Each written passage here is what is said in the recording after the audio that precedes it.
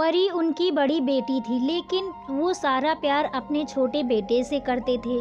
परी के माँ-बाप पहले लड़का चाहते थे, मगर ऊपर वाले को कुछ और ही मंजूर था और भेज दिया उनके घर परी को। जब परी का जन्म हुआ, तो कर्जदार उसके पिता को उठाकर ले गए थे। इस वजह से माँ उसे मनहूस मानने लगी थी, मगर यह मनहूसियत उनकी सोच भर में ही थी। उसी दिन उसके पिता की लॉटरी लगी और उसका सारा कर्ज उतार दिया गया। लेकिन ये तो भगवान ने किया था, परी को कहाँ कोई पूछ रहा था। फिर 2 साल बाद उसके भाई का जन्म हुआ, जिसका नाम छोटू रखा गया। माँ बाप दोनों छोटू को बहुत प्यार करते थे। छोटू का 5वां जन्मदिन था।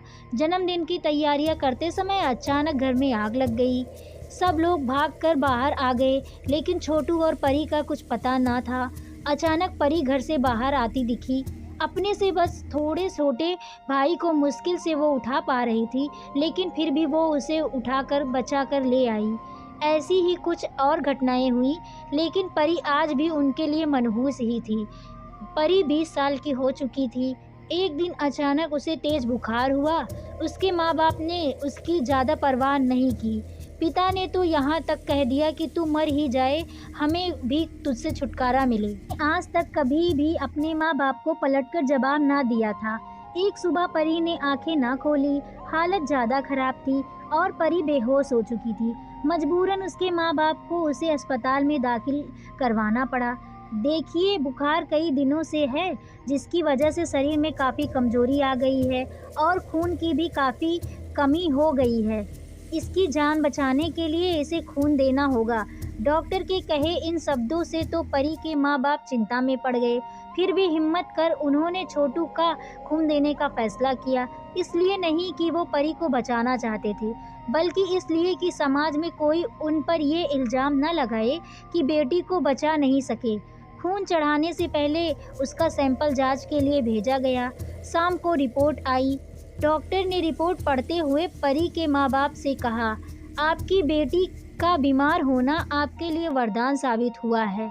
जो समय रहते हमें आपके बेटे की बीमारी के बारे में पता चल गया। बीमारी? कौन सी बीमारी? ये कलमुही लगता है इसकी जान लेकर ही रहेगी।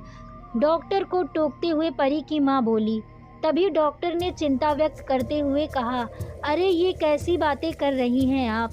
आपको पता है, यदि परी बीमार ना होती तो आपके बेटे की इस बीमारी के बारे में किसी को पता ही ना चलता।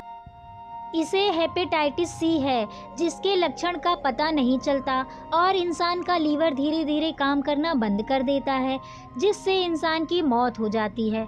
डॉक्टर साहब, तो क्या हमारा छोटू भी?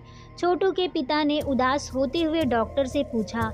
तो डॉक्टर ने तसल्ली देते हुए कहा कि देखिए, अगर हेपेटाइटिस सी बीमारी का पता देरी से चले तो बचाना मुश्किल हो जाता है, लेकिन पहले पता चल जाने पर उसे आसानी से बचाया जा सकता है।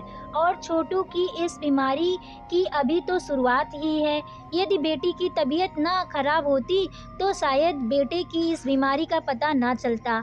आपकी बेटी ने तो आपके बेटे की जान बचाई है। परी के माँ बाप ऐसी स्थिति में थे जहां वो अब अपनी गलती जानते थे, लेकिन वो गलती मान लेने की उनमें हिम्मत नहीं थी। परी के बचपन से लेकर अब तक हुई सब घटनाएं उनकी आंखों के सामने हो ली थी। उसके जन्म के समय उनकी लॉटरी निकली थी। छोटू को भी परी ने बचाया था। आज एक बार फिर परी ने छोटू को बचा लिया था। परी के माँ बाप का नज़रिया उसके प्रति बदल चुका था। आज वो उसे अपनी बेटी मान चुके थे, जिसने बचपन से ही उनको मुसीबतों से बचाया था। लेकिन अफसोस, हमारे समाज में आज भी ना जाने कितनी परी का कत्ल गर्भ में ही कर दिया जाता है और कितने लोग बेटी को मनहूस समझते हैं।